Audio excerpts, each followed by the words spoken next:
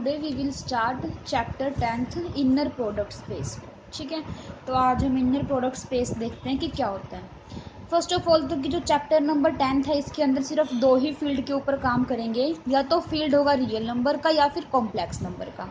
ठीक है, जैसे पहले जो हम चैप्टर्स हमने किए थे उसके अंदर हम फील्ड रैशनल नंबर का फील्ड भी लेके काम कर रहे थे ना, बट इधर सिर्फ दो ही फील्ड लेके काम करेंगे, या तो फील्ड होगा सेट ऑफ रियल नंबर या फिर सेट ऑफ कॉम्प्लेक्स नंबर। ठीक है, तो सबसे पहले डेफिनेशन आती है इनर प्रोडक्ट स्पेस की, कि इनर प्रोडक्ट स्पेस होता क्या है, किसे कहते हैं। ठीक है, तो देखो कि मान लो V कोई भी हमारे पास क्या है, वेक्टर स्पेस है।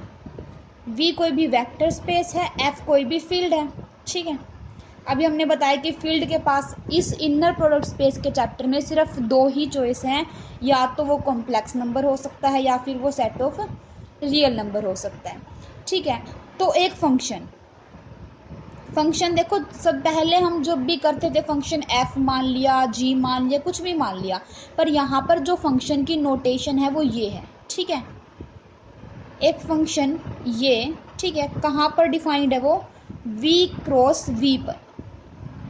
ठीक है, v cross v means vector space है ना, v क्रॉस v से लेकर f मतलब फील्ड तक एक फंक्शन, ये वाला जो भी नोटेशन है इसकी, इसको हमने डिफाइन किया जिसकी डोमेन है v क्रॉस v से लेकर f तक। इसे vector space inner product space कब कहेंगे, जब वो कुछ प्रॉपर्टीज को सेटिस्फाई करेगा। ठीक है, अब पहले तो देखो डोमेन के अंदर एलिमेंट किस टाइप के आएंगे, टू टप्पल टाइप के एलिमेंट आएंगे ना डोमेन के अंदर, क्योंकि ये v क्रॉस v है, इसके अंदर एलिमेंट मान लो u v टाइप के आएंगे। किसके अंदर, v क्रॉस v के अंदर, जहाँ से u भी बिलोंग करेगा v में से और v भी बिलोंग कहाँ करेगा, v में बिलोंग करेगा। ठीक है, इतनी बात हमें पता चल गई।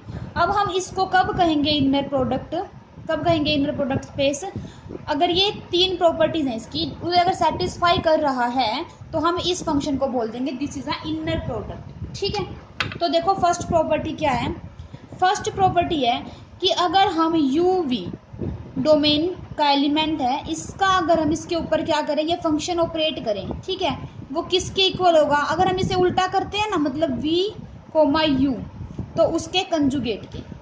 ठीक है, ये क्या हमारे पास complex conjugate of v comma u।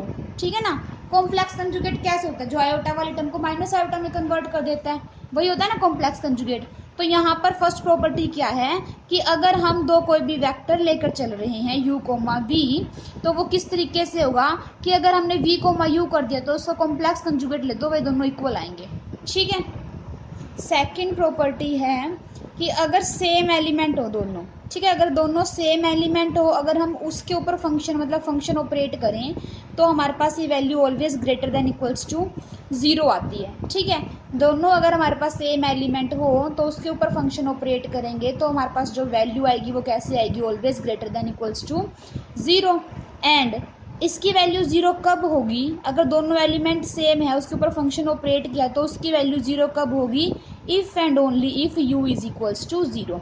अगर u 0 है तो ये वाली चीज़ 0 होगी, अगर ये 0 है तो इट मीन्स u क्या होगा, 0 होना चाहिए। ठीक है, थर्ड प्रॉपर्टी हमारे पास आ रही है au plus bv comma w, यहाँ से क्या होगा, जो स्केलर है वो बाहर आ जाएगा। ठीक है, पहले इस u को हम क्या ले लेंगे, w के साथ लेंगे, फंक्शन इस तरीके से ऑपरेट, प्लस फिर b स्केलर बाहर आ जाएगा और जो ये v है इसको फिर w के साथ लेंगे, v कोमा w, इस तरीके से होना चाहिए। अगर ये फंक्शन इन तीन प्रॉपर्टीज को सेटिस्फाई कर रहा है तो हम इसे क्या कहेंगे, this is a inner product. क्या है ये, इनर प्रोडक्ट किसके ऊपर, this is a inner product on v के ऊपर क्या है ये, इनर प्रोडक्ट। और जब हम साथ में पढ़ें द वेक्टर स्पेस, और जो v है ना, the vector space v with an inner product this, ठीक है, the vector space v with an inner product this is called an inner product space. ठीक है ना, मतलब अगर खाली इसको पढ़ेंगे तो ये इनर प्रोडक्ट है, पर अगर v इसके साथ लेकर पढ़ें तो ये क्या बन जाएगा, v is a vector space, the vector space v inner product space बन जाएगा। ठीक है, अगर हम दोनों को साथ में लेके चल रहे हैं। अब देखो नेक्स्ट हमारे पास क्या है, रिमार्क में देखो क्या है, a real inner product space is called an Euclidean space and a complex inner product space is called unitary space. इसके अंदर बात है फील्ड की। अगर फील्ड हमारे पास सेट ऑफ रियल नंबर हो जाता है तो उसे हम यूक्लिडियन स्पेस बोलते हैं, और अगर हमारे पास फील्ड कॉम्प्लेक्स नंबर का सेट होता है तो उसे हम यूनिटरी स्पेस बोलते हैं। ठीक है, यहाँ पर सिर्फ इतना फर्क था। अब यहाँ पे if f is equals to r then first simply states that u v की जो इनर प्रोडक्ट होगी वो इक्वल होगी v u की इनर प्रोडक्ट के। मीन्स कंजुगेट का कोई इफेक्ट नहीं पड़ेगा। इसने यही बोला है ना कि अगर मेरे पास field set of real number हो जाता है तो कंजुगेट का कुछ भी इफेक्ट नहीं पड़ेगा, वो तो हमें भी पता है। अगर हम रियल नंबर का सेट लेकर चलते हैं, मान लो हमारे पास 2 है, एक तो 2 + 3 आयोटा और एक हो 2 रियल नंबर है, इसका कंजुगेट क्या होगा? 2 ही होगा, इसमें तो कंजुगेट का कोई इफेक्ट ही नहीं पड़ेगा। और अगर इसका कंजुगेट निकालेंगे तो 2 - 3 आयोटा होगा, क्योंकि आयोटा आ रहा है ना इस वजह से, क्योंकि ये कॉम्प्लेक्स नंबर है, कॉम्प्लेक्स नंबर पर ही कंजुगेट का इफेक्ट पड़ता है, रियल नंबर पर तो कोई इफेक्ट पड़ेगा ही नहीं। तो यहाँ पर यही बात बोल रखी है, अगर हमारे पास field set of real number है तो u v is equals to v comma u हो जाएगा। ठीक है, कंजुगेट लगाने की जरूरत नहीं है।